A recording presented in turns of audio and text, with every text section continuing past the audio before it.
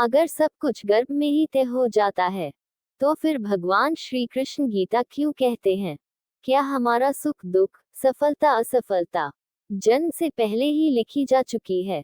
आइए जानते हैं गीता और शास्त्रों का वो रहस्य, जो आपका सोचने का तरीका बदल देगा।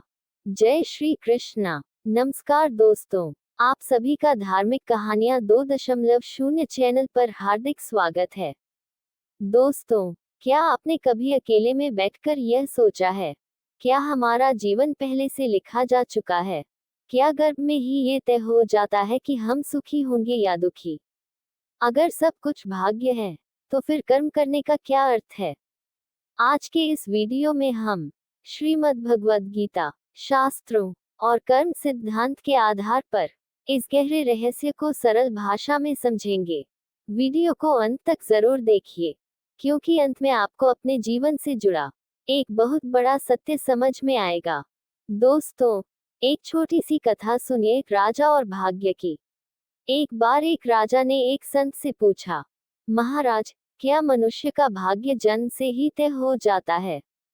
संत ने राजा को एक बीज दिया और कहा, इसे जमीन में बो दो। कुछ समय बाद बीज से पौधा उगाया। संत ने पूछा, अगर इस पौधे को पानी न मिले, धूप न मिले, तो क्या ये फल देगा? राजा बोला, नहीं महाराज।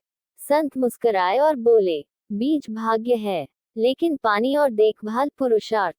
यही उत्तर शास्त्र भी देते हैं। भाग्य क्या है शास्त्रों की दृष्टि? दोस्तों, भारतीय शास्त्र भाग्य को अंधविश्वास नहीं मानते। शास्त्र कहते हैं, भाग्य इक्वल्स पूर्वजन्म के कर्मों का फल। कर्म 3 प्रकार के होते हैं। पहला संचित कर्म, पिछले जन्मों के सभी कर्म। दूसरा प्रारब्ध कर्म, जो इस जन्म में भोगने के लिए आए। तीसरा क्रियमान कर्म, जो हम अभी कर रहे हैं। इनमें से प्रारब्ध कर्म हमारा जन्म, शरीर, परिवार और प्रारंभिक परिस्थितियां तय करते हैं। गर्भ में आत्मा का रहस्य। शास्त्रों में कहा गया है, जब आत्मा गर्भ में प्रवेश करती है, तो उसे अपने पूर्व जन्मों के कर्म और दुख याद रहते हैं। गर्भ उपनिषद के अनुसार, गर्भ में शिशु ईश्वर से प्रार्थना करता है, हे प्रभु, इस बार मुझे ऐसा जीवन देना जिसमें मैं धर्म के मार्ग पर चल सकूं। लेकिन जैसे ही वह जन्म लेता है, माया सब भुला देती है। स्मृति चली जाती है, लेकिन संस्कार रह जाते हैं। इसीलिए कोई बच्चा बचपन से ही भक्ति में लगता है, और कोई संसार में। गीता इसके बारे में क्या कहती है? अब आते हैं श्रीमद् भगवद गीता पर।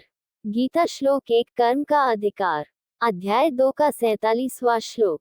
कर्मण्येवाधिकारस्ते मा फलेषु कदाचन। अर्थात, मनुष्य का अधिकार केवल कर्म करने में है, फल उसके हाथ में नहीं।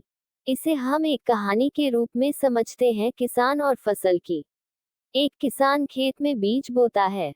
अगर वह केवल भगवान से प्रार्थना करे और मेहनत न करे, तो क्या फसल आएगी? नहीं। गीता यही सिखाती है, कर्म करो, फल भगवान पर छोड़ दो। गीता श्लोक 2, स्वयं अपना उद्धार। गीता अध्याय 6 का 5वां श्लोक। उद्धरिदात्मात्मानमात्मानमवसादयेत। अर्थात, मनुष्य स्वयं अपना उद्धार करता है, और स्वयं ही अपना पतन। इसे हम एक कहानी के रूप में समझते हैं। 2 भाइयों की कहानी। 2 भाई, एक ही घर, एक ही परिस्थिति। एक बोला, मेरा भाग्य ही खराब है। दूसरा बोला, मैं अपने कर्म से सब बदल दूंगा। समय बीता, एक असफल, दूसरा सफल। जन्म एक था, लेकिन कर्म अलग थे। गीता श्लोक 3, पूर्व जन्म के संस्कार। गीता अध्याय 6 का 43वां श्लोक। तत्रतम बुद्धिसंयोग लभते पौर्वदेहिकम। अर्थात, मनुष्य पूर्व जन्म के संस्कार लेकर आता है। इसलिए किसी में जन्म से ही ज्ञान, किसी में भक्ति, तो किसी में कला होती है। गीता श्लोक 4, भाग्य केवल एक कारण। गीता अध्याय 18 का 14वां श्लोक। दैव चैवात्र पंचमम। अर्थात, कर्म के 5 कारण होते हैं, और भाग्य उनमें से केवल एक है।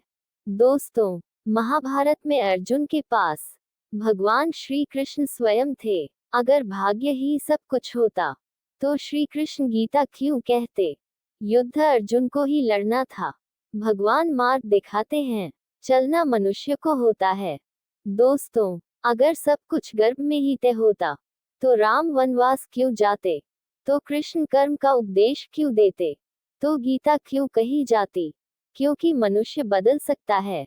भाग्य आपको मंच देता है, लेकिन अभिनय आपको स्वयं करना होता है। अगर आपको यह वीडियो पसंद आया हो, तो इसे लाइक जरूर करें और अपने परिवार व मित्रों के साथ शेयर करें। अगर आप चाहते हैं गीता के गूढ़ रहस्य, शास्त्रों की सच्ची व्याख्या और प्रेरणादायक धार्मिक कहानियाँ, तो अभी चैनल को सब्सक्राइब करें। धार्मिक कहानियाँ 2.0 और बेल आइकन दबाना न भूलें। मिलते हैं अगले वीडियो में एक और दिव्य रहस्य के साथ। जय श्री कृष्णा।